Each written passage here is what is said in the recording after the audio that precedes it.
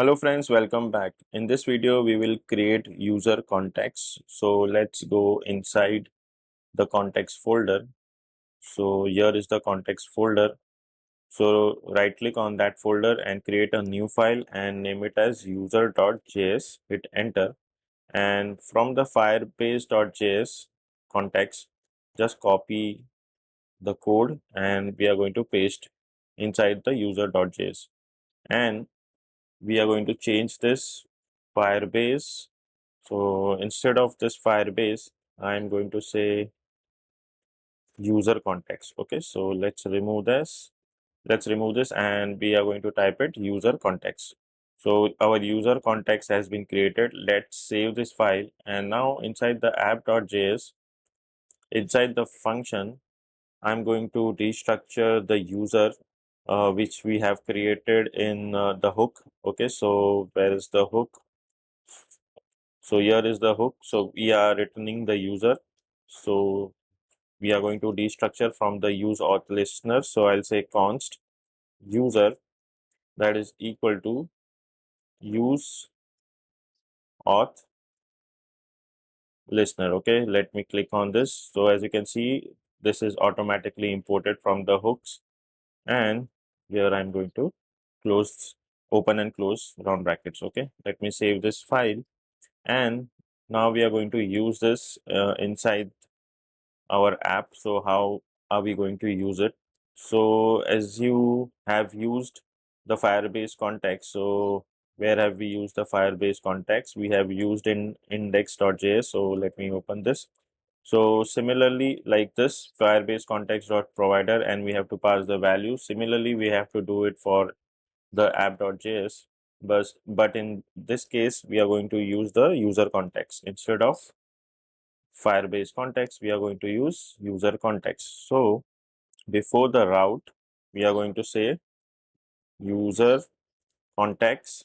Okay, user context, and this user context has been imported from the context user dot provider, and we are going to pass the value that is going to be user.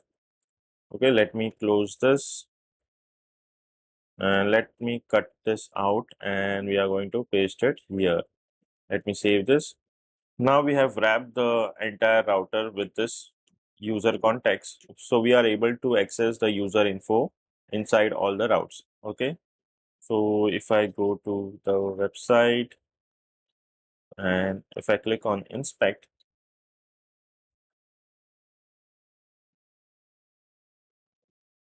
let me check the component. So we have this context where we have the field values, we have the Firebase, and what is this context provider? So value of user is null because we have not logged in. So that is the reason the user value is null. So if I log in, let's say if I log in, let me just log in. So kapadia.samir1@gmail.com, test 123, and if I hit login, so now it is logged in.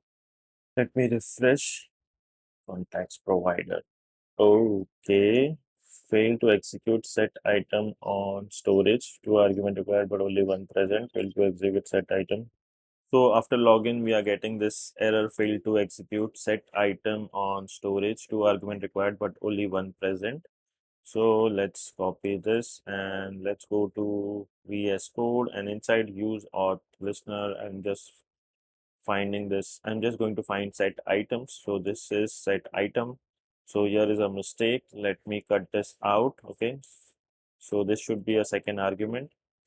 Okay, remove this semicolon, and after this auth user, I'm going to paste this. Okay, let me save this. Now this is perfectly fine. Now let's now go back, and if I refresh it, now there should be no error, and we are also getting the user information. So why this is giving me a red one. Strict mode.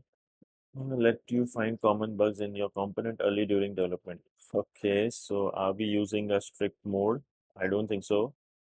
Indexed, no, we are not going to use, because then it will throw errors on every single code.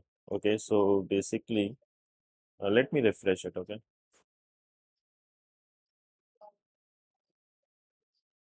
so this is fine, but we are getting the value of user. Okay, this is the value for the context provider of Firebase. As you can see, this is the Firebase, and this is for the user. Okay, so this is it for this video, and I'll see you in the next video. Till then, take care and bye bye.